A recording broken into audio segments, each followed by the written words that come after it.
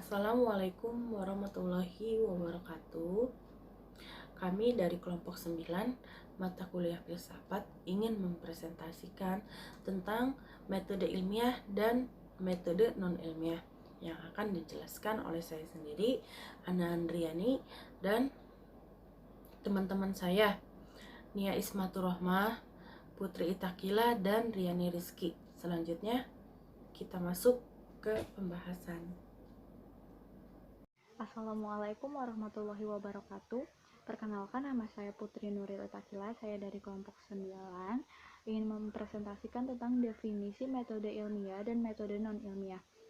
Metode ilmiah merupakan suatu proses keilmuan untuk mendapatkan atau memperoleh pengetahuan secara sistematis dan berdasarkan bukti fisik.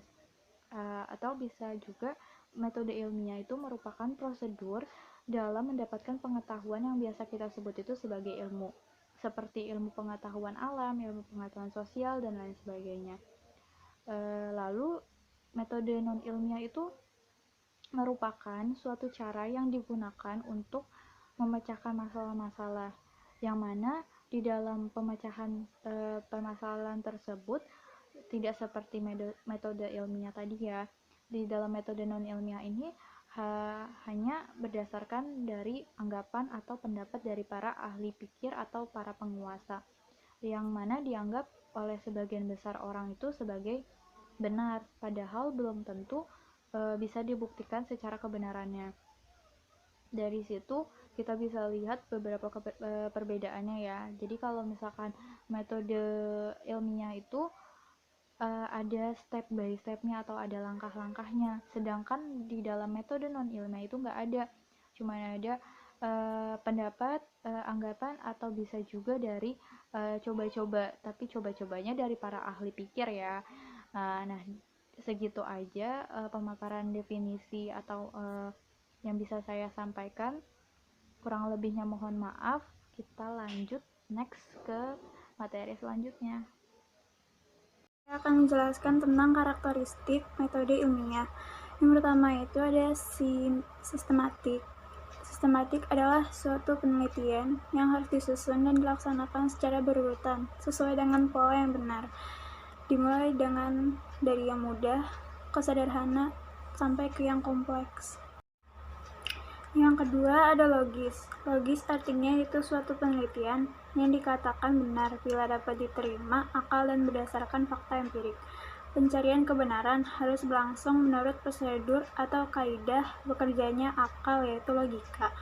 Prosedur penalaran yang dipakai dengan prosedur induktif, yaitu cara berpikir untuk menarik kesimpulan umum dari berbagai kasus individual, atau prosedur deduktif, yaitu cara berpikir untuk menarik kesimpulan yang bersifat khusus dari pernyataan yang bersifat umum. Yang ketiga ada empirik. Empirik yaitu suatu penelitian yang didasarkan pada pengalaman sehari-hari yang ditemukan atau melalui hasil coba-coba yang kemudian diangkat sebagai hasil penelitian. Yang keempat, replikatif artinya itu suatu penelitian yang pernah dilakukan, harus diuji coba kembali oleh peneliti lain dan harus memberikan hasil yang sama bila dilakukan dengan metode, kriteria, dan kondisi yang sama. Agar bersifat replikatif, penyusunan definisi operasi variabel menjadi langkah penting bagi seorang peneliti. Yang kelima, ada objektif, artinya suatu penelitian menjauhi aspek-aspek subjektif yang tidak mencampurkan dengan nilai-nilai etis. Ada karakteristik metode non-ilmiah. Yang pertama ada pengalaman. Untuk memperoleh sesuatu yang diinginkan manusia, seringkali menggunakan pengalamannya. Pengalaman memang banyak membantu, tetapi jika tidak digunakan secara kritis, bisa merugikan. Yang kedua, ada prasangka. Pencapaian pengetahuan secara akal sehat diwarnai oleh kepentingan orang yang melakukannya. Hal yang demikian itu menyebabkan akal sehat mudah beralih menjadi prasangka. Yang ketiga, ada intuisi atau metode a priori. Metode a priori juga disebut metode intuisi. Dalam pendekatan ini, orang menentukan pendapat mengenai sesuatu berdasar atas pengetahuan yang langsung. Dalil-dalil dan kesimpulan yang diterima menurut metode tersebut semata-mata berdasarkan alasan yang tidak dipertimbangkan dengan pengalaman. Yang keempat, ada penemuan yang sifatnya coba-coba dan kebetulan. Penemuan coba-coba diperoleh tanpa kepastian untuk memperoleh suatu kondisi tertentu. Untuk pemecahan suatu masalah, usaha seperti ini umumnya merupakan serangkaian percobaan tanpa arah dan tanpa keyakinan yang pasti untuk suatu pemecahan masalah.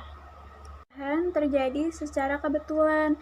Setelah dilakukan serangkaian usaha coba-coba, penemuan tersebut pada umumnya tidak efisien dan tidak terkontrol. Yang kelima, ada pendapat otoritas ilmiah dan kritis. Pendapat otoritas ilmiah berasal dari orang-orang yang biasanya telah menempuh pendidikan formal tertinggi atau orang yang telah mempunyai pengalaman kerja ilmiah dalam suatu bidang atau ilmu.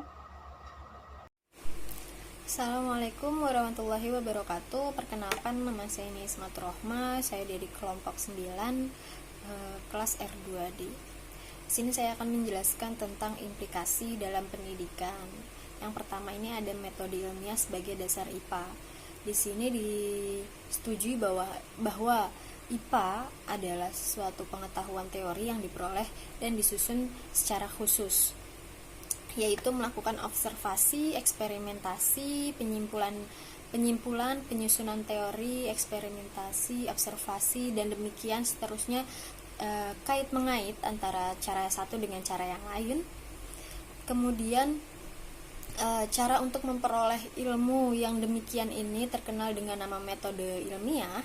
Metode ilmiah ini pada dasarnya merupakan suatu cara yang logis untuk memecahkan suatu masalah tertentu. Metode ilmiah inilah merupakan dasar metode yang digunakan dalam IPA. Nah, sejak digunakannya metode ilmiah di dalam penelitian ilmiah, dimulailah IPA modern yang kemudian berkembang sangat pesat. Nah, perintis-perintis IPA modern seperti Isaac Newton dan Robert Boyle, sedangkan yang khusus dalam ilmu kimia ialah Antoine Laurent Lavoisier. Nah, seperti itu. Oke, selanjutnya ada metode yang non-ilmiah. Nah, pendengar atau mengalami tentang hukuman dan ganjaran dalam pendidikan pada abad ke-19 menurut akal sehat yang diyakini oleh banyak pendidik. Hukuman adalah alat utama dalam pendidikan. Penemuan ilmiah ternyata membantah kebenaran akal sehat tersebut. Hasil-hasil penelitian dalam bidang psikologi dan pendidikan menunjukkan bahwa hukuman bukan merupakan alat utama dalam pendidikan, melainkan ganjaran. Nah, melalui hukuman dapat berdampak rasa tertekan pada anak, sedangkan dengan ganjaran dapat menumbuhkan rasa percaya diri, sehingga potensi anak dapat berkembang lebih baik. Nah, contoh, anak kecil kerap kali menggunakan pengalaman-pengalamannya agar memperoleh sesuatu yang dikehendaki dari orang tuanya. Nah, misalnya nih, anak kecil menggunakan pengalamannya bahwa kalau ia berprestasi, dia akan mendapatkan ganjaran atau hadiah dari orang tuanya. Nah, sebaliknya kalau ia tidak patuh dalam prestasi, maka ia akan dimarahi oleh orang tuanya. Nah, dengan pengalaman seperti itu, anak cenderung untuk patuh dan ingin mendapatkan prestasi yang setinggi-tingginya agar memperoleh pujian dan ganjaran dari orang tuanya. Seperti itu. Terima kasih. Di sini saya akan menjelaskan tentang sejarah metode ilmiah.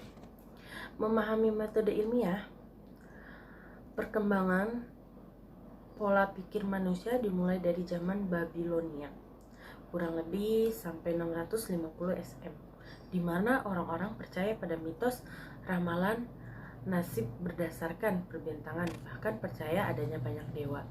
Pengetahuan itu mereka peroleh dengan berbagai cara, diantaranya adalah prasangka. Prasangka yaitu suatu anggapan benar padahal baru merupakan kemungkinan benar atau kadang-kadang malah tidak mungkin benar. Contohnya pada zaman Babilonia, orang-orang percaya bahwa hujan dapat turun dari surga sampai ke bumi melalui jendela-jendela yang ada di langit. Dengan prasangka orang yang sering mengambil keputusan yang keliru, prasangkanya hanya berguna untuk mencari kemungkinan dan suatu kebenaran. Di sini saya akan menjelaskan tentang sejarah non-ilmiah. Kegiatan manusia dalam usaha mencari ilmu, pengetahuan, dan mencari kebenaran, terutama sebelumnya ditemukan metode ilmiah dilakukan dengan berbagai cara, diantaranya adalah penemuan ilmu pengetahuan secara kebetulan, ilmu pengetahuan tentang menggunakan akal sehat, ilmu pengetahuan dengan menggunakan institusi, dan penemuan ilmu pengetahuan melalui wahyu. Ada juga penemuan ilmu kebenaran melalui usaha coba-coba dan lain sebagainya. Dalam sejarah kehidupan manusia tercatat adanya beberapa penemuan besar yang terjadi secara kebetulan. Demikian presentasi dari kami kelompok 9. Maaf bila ada salah kata dalam penyampaian, mohon dimaafkan sebesar-besarnya. Terima kasih.